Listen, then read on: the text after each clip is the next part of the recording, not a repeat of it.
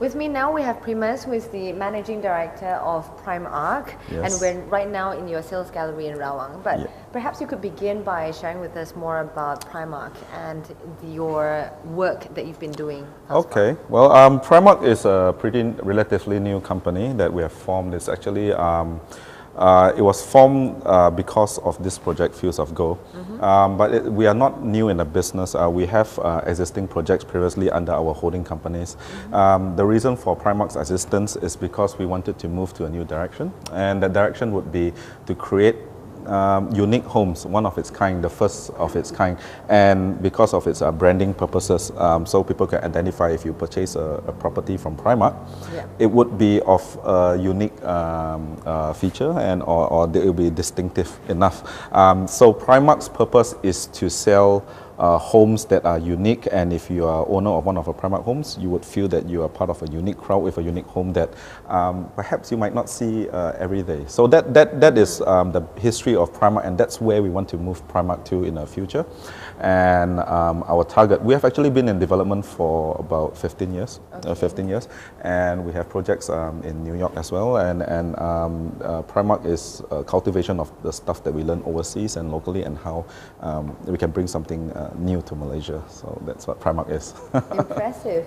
So speaking of unique development, one of the first project that you are dealing with now under Primarc is Fields of Gold. That's right. And which is the sales gallery that we're at right now. Can you share with us more about this project and how has the response been so far? Okay, so Fields of Gold is it's a unique project in a sense that it changes the way people live.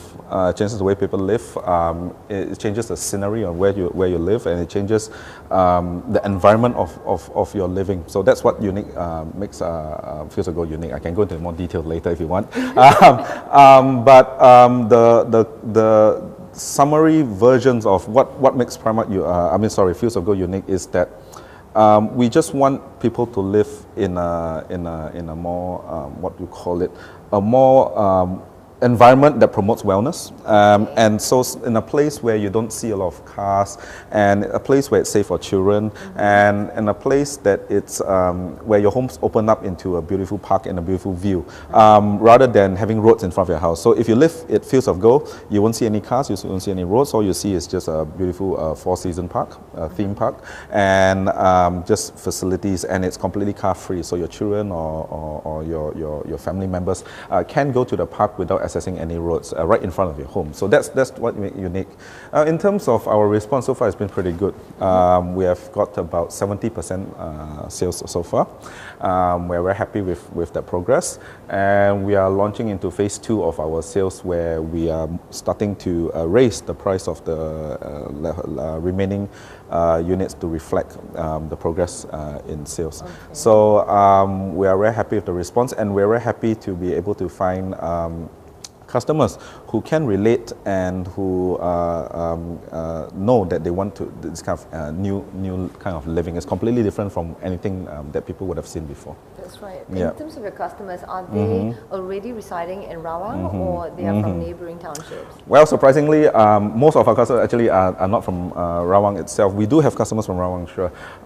Most of our customers actually are from surrounding, we would say Petaling Jaya, mostly Damansara, even USJ and Subang. So mostly from these areas.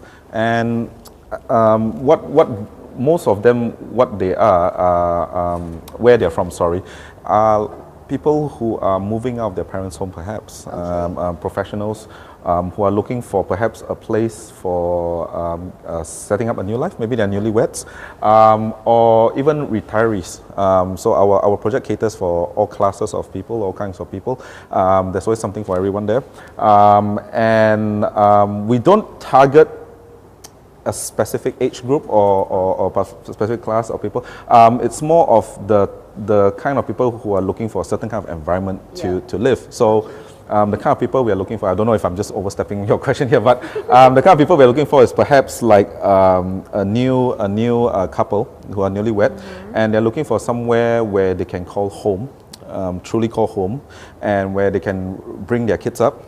And the children who live in this beautiful environment will always remember this place when they grow up. So if they go overseas, For example, when their children is perhaps working in Hong Kong in the future, when they've graduated, they will always remember that beautiful childhood and that beautiful place that they grew up in.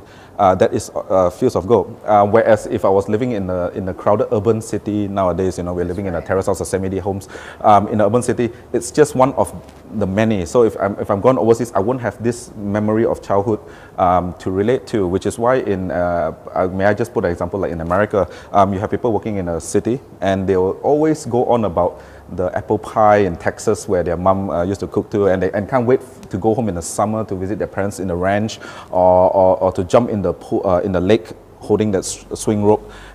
And we don't have this kind of experience if we are living in the kind of environment we are living right now, and we want to create that kind of environment in Fields of Gold. So do you think it's a trend these days to have developments nestled around lush greeneries? I think that developers are trying to differentiate their products even more, because the market is, people in the market are demanding perhaps better quality homes nowadays. And one of the ways you can differentiate yourself is to develop around a greenery, like you said. It is one of the ways. Would it be a trend? Sure, one of the trends, one of the ways to differentiate. I believe it's a good thing. I believe it's a good thing. I think we should encourage more green projects and promote more green living.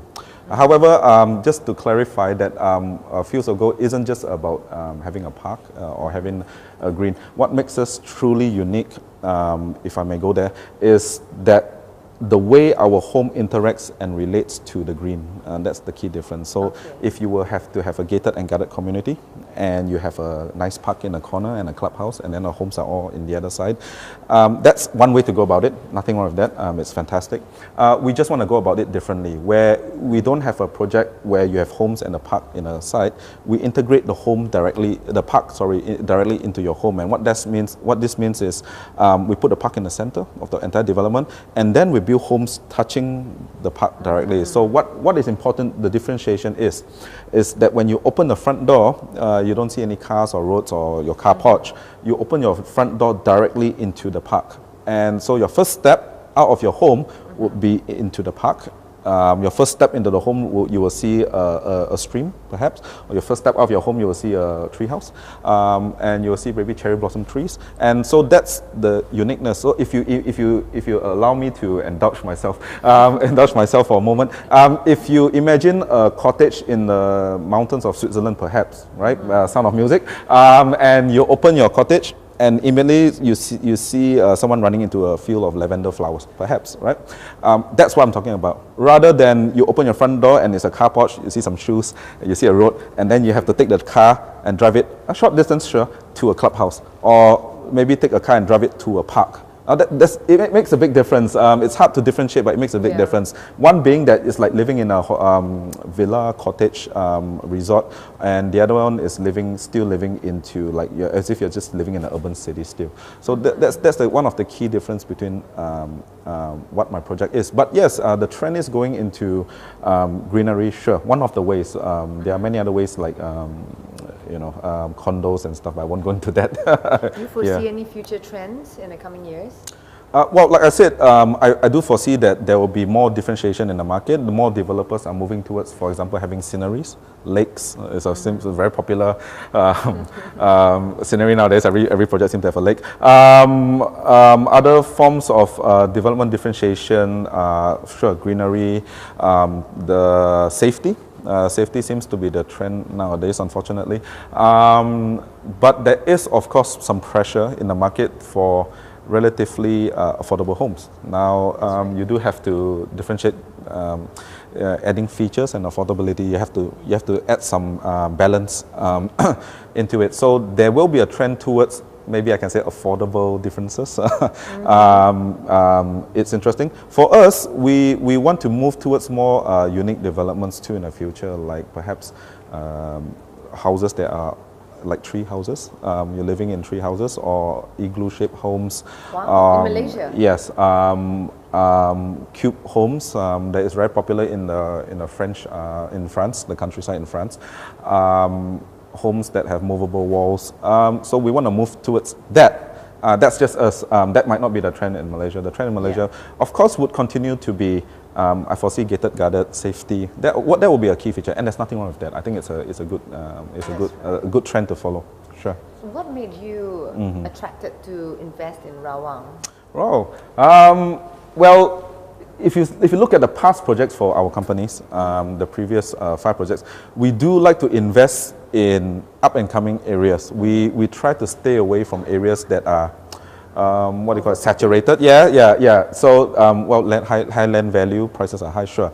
We look for areas that are up and coming, and how we identify, of course, is just the basic infrastructure, the accessibility, the facilities, the current developers who are already there. And so when we saw Rawang, maybe 10 years ago, the people had a bit of a bad reputation, I don't know. But it's very different today. We have wonderful 4 highways accessing to Rawang, fantastic infrastructure. We got 4 big highways, so if you have a choice. It's only 25 minutes away from Damansara, 25 minutes away. Actually, from KL City Centre, if I was to drive to Rawang after work, rush hour, I actually reach here faster than if I was to go flight to PJ or Subang. Well, that's because we're using the highway.